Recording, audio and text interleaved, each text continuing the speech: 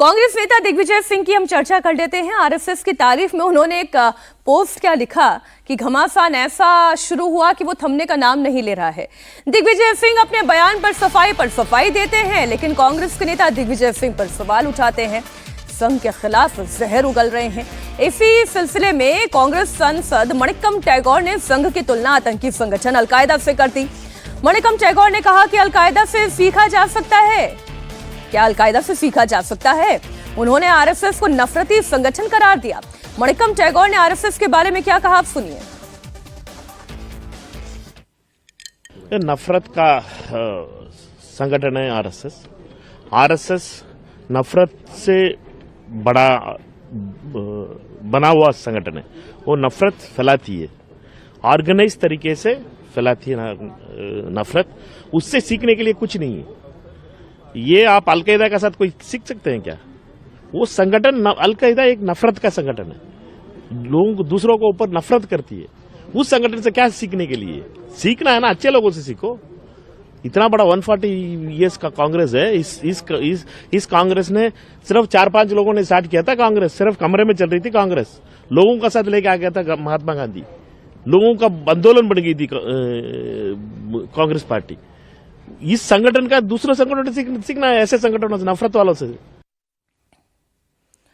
मणिक्कम टैगोर ने संघ को अलकायदा जैसा बताया, तो सलमान खुर्शीद ने आरएसएस की तुलना शोले वाले गब्बर सिंह से कर दी।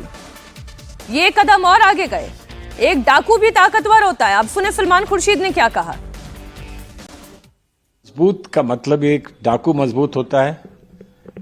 तो आप ये कहो कि अपने बच्चे से कहो कि तुम भी तुम्हें डाकू बनो। आपको वो पिक्चर याद है ना, शोले पिक्चर याद है, वो ये कहता था कि दूर दूर तक, कोसों तक, दूर तक कभी कोई बच्चा रोता है तो माँ कहती है चुप हो जा बच्चे, नहीं तो गब्बर आ जाएगा।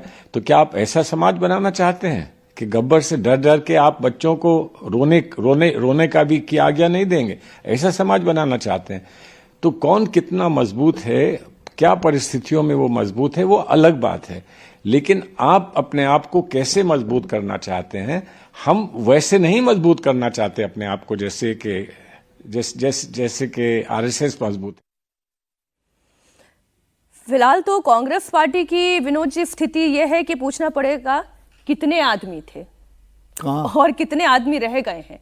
कांग्रेस का जो संगठन है, कांग्रेस की जो ताकत है, आज उसकी स्थिति तो यही है।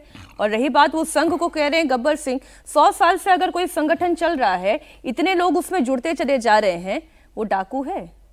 देखिए, कांग्रेस का राष्ट्रीय स्वयंसेवक संघ से विरोध है, वैचारिक विरोध है, मतभेद है, और वो लगातार चल रहा है।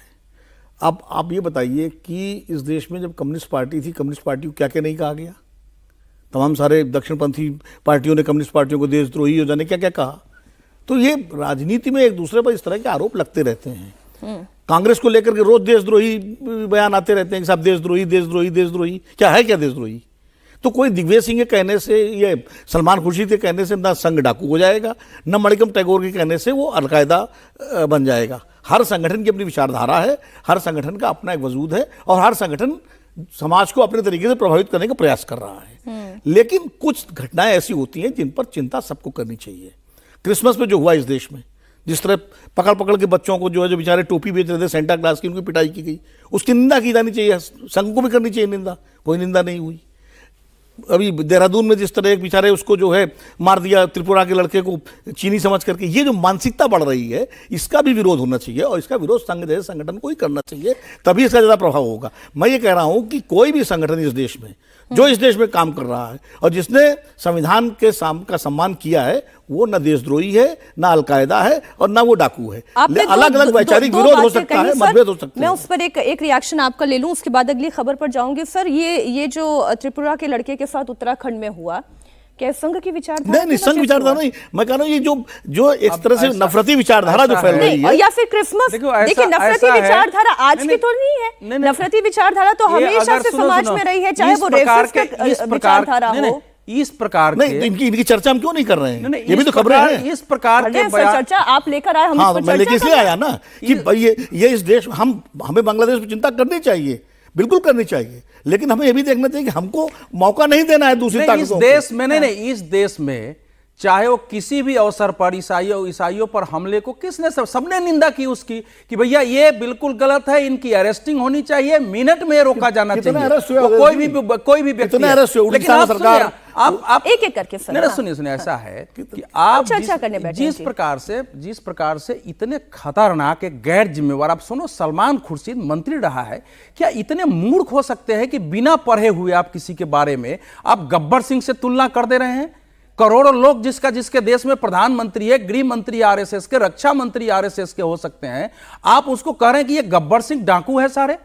अगर अलकायदा है, लेकिन राहुल गांधी ने मुस्लिम ब्रदरहुड से तुलना की है। आपका 1947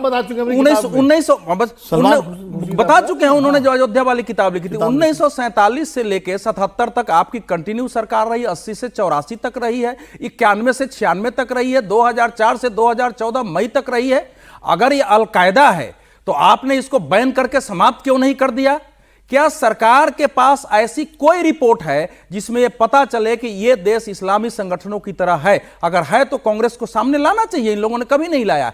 आरएसएस इस समय शताब्दी वर्ष मना रहा है। अब देखो 5 विषय लेके दुनिया के सामने, देश के सामने वो जा रहे हैं, उसमें कोई पॉलिटिक्स नहीं है। वो लेके जा रहे हैं कि सामाजिक समरसता, कि जातीय बंधन तोड़ के परिवार हमारा संयुक्त कैसे हो, परिवार प्रबोधन लेके जा रहे हैं, नागरिक कर्तव्य कि देश के नागरिक के नाते आपका हमारे यहाँ क्या कर्तव्य है, और जो दुनिया में जो स्थिति बढ़ रही है, हम ज्यादा से ज्यादा अपने स्वदेशी को कैसे बढ़ावा दें, और जलवायु परिवर्तन जो है उसकी रक्षा कैसे करें। 5 विषय लेके जा रहे हैं। मैंने इसलिए ये समय थोड़ा सा बाहर किया, एक लाइन खत्म करो। 5 विषय लेके जा रहे हैं, और जो विनोद जी करें, संघ को तो कुछ भी गाली दे दो, उनकी ओर से तो कोई प्रवक्ता खंडन करने आता नहीं है, उनका स्वभाव ही नहीं है सब करना। मैं एक छोटी सी खबर सर बता दूं, बिल्कुल ठीक बात है सर, ये लेकिन ईसाइयों के ऊपर जो हमला हुआ उस पर मैं एक छोटी सी सर खबर है, मैं ये जरूर दर्शकों के सामने रख दूं।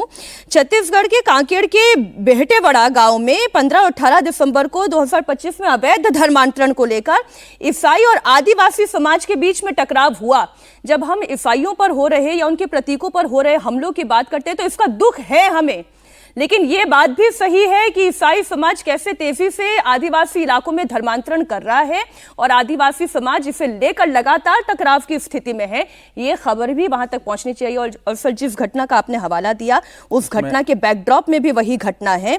24 दिसंबर को आदिवासी प्रदर्शनकारियों ने पूरे छत्तीसगढ़ में बंद बुलवाया, जबरन धर्मांतरण का मुद्दा उठाते हुए इसके खिलाफ सरकार की ओर से और प्रशासन की ओर से कदम उठाने की मांग की। सर, ये भी एक पहलू है। नहीं, ये पहलू बिल्कुल सही है, लेकिन उड़ीसा के सड़कों पर वो बच्चे जो बेच रहे हैं, मैं 100% इस बात उनको ये करके कि ये जगन्नाथ का देश है और यहाँ हटाओ, ये कहाँ से जाएगा? बिल्कुल जायज नहीं है, अस्वीकार नहीं है। देश का प्रधानमंत्री जब चर्च में जाकर प्रार्थना कर सकता है, प्रधानमंत्री गए, अच्छी बात है, लेकिन कार्रवाई भी होनी चाहिए। तो बच्चों के ऊपर इस तरीके से प्रतीकों के ऊपर हमला नहीं हो सकता।